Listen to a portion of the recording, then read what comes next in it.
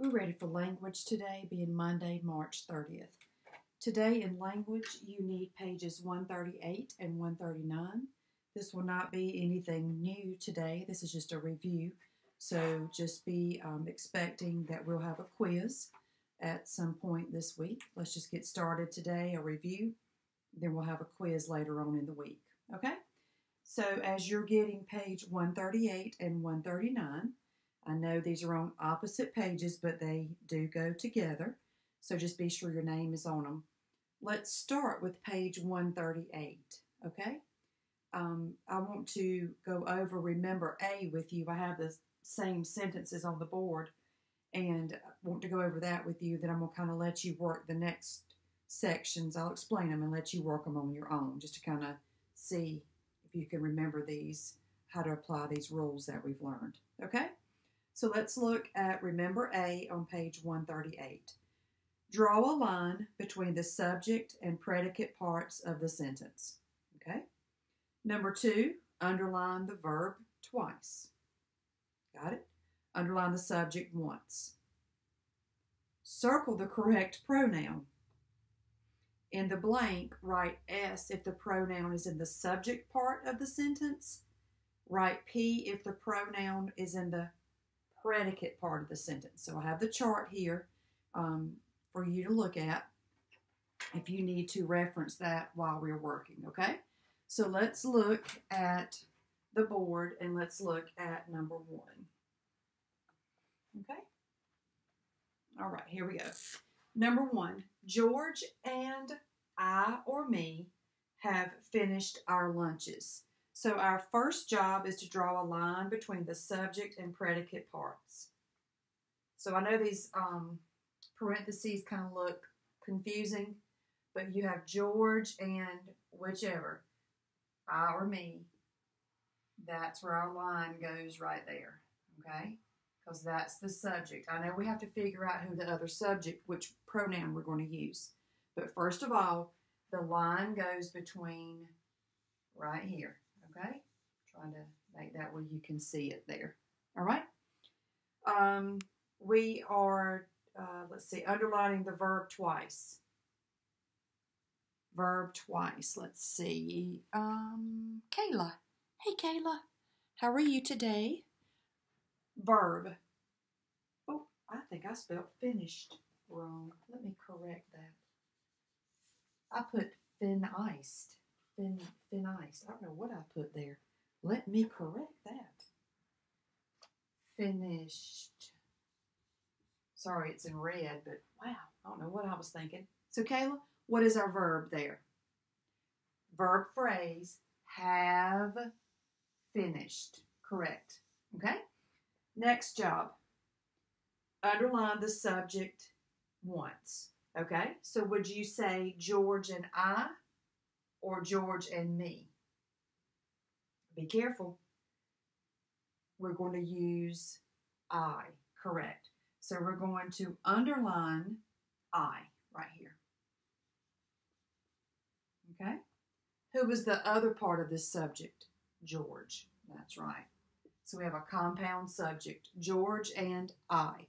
Don't say George and me. Me goes at the end of the sentence. So George and I have finished our lunches. Now we're going to circle the correct pronoun. What's the pronoun here? I. That's right.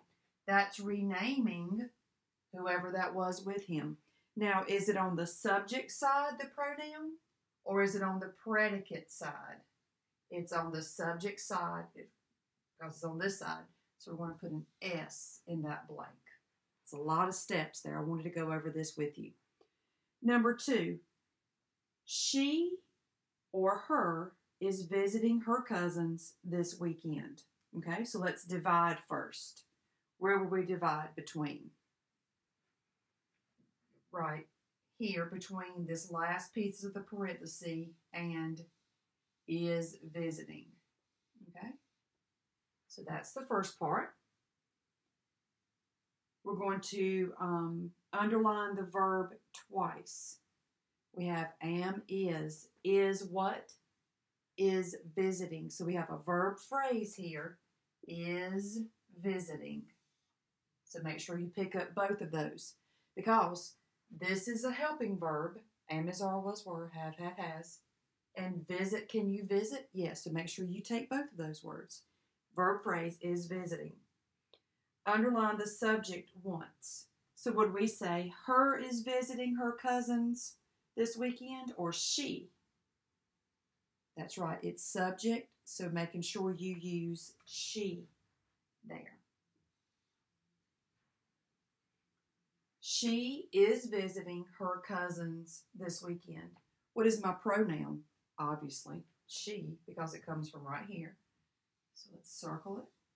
We don't know who she is, but it's she. That's the pronoun. It's renaming someone. And is it on the subject side or the predicate side? Right, it's before the divider, so it is on the subject side. Okay, number 3, Mandy gave he or him a puzzle for a birthday present. So where would we divide? Between Mandy and gave. That is correct. Subject and verb. Hope you can see that there. Okay. Next part is we're going to underline the verb twice. Verb, gave. Yeah, it's just a form of give. Give, gave, has given. Just depends on how we're using it there. We are going to underline the subject once. Mandy. Mandy. We have a name here, not she, but Mandy. Mandy gave. So now we're going to circle the correct pronoun. So the pronoun doesn't necessarily have to be the subject. It could be just another piece in the sentence, okay? So Mandy gave he a puzzle for a birthday present, or Mandy gave him. We're on the predicate part because we're this side of the divider, so we're going to choose him. So we're going to put a circle here, and then we're going to put the letter P in the blank because we're on the predicate side. Subject side being over here. Okay? Number 4, the missionaries told we or us an exciting story. So where are we going to divide?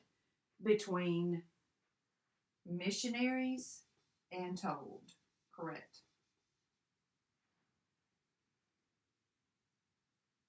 Verb, told. You got it. Subject, missionaries, not the missionaries, just missionaries.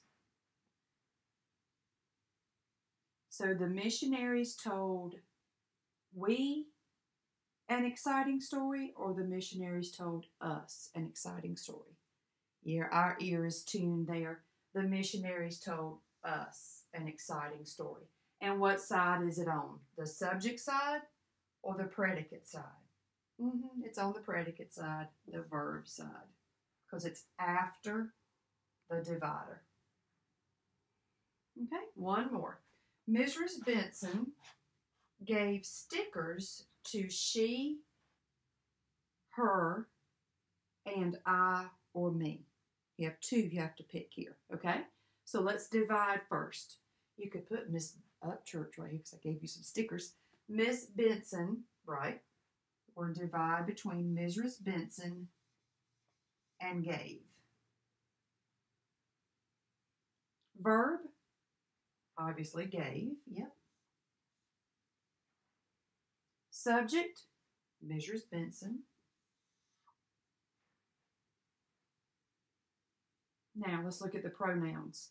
Now we know that these pronoun choices are coming at the end of our sentence after the predicate. On the predicate side, okay? Here's our verb here. So it's after the line. So we're going to look in this box for our choices.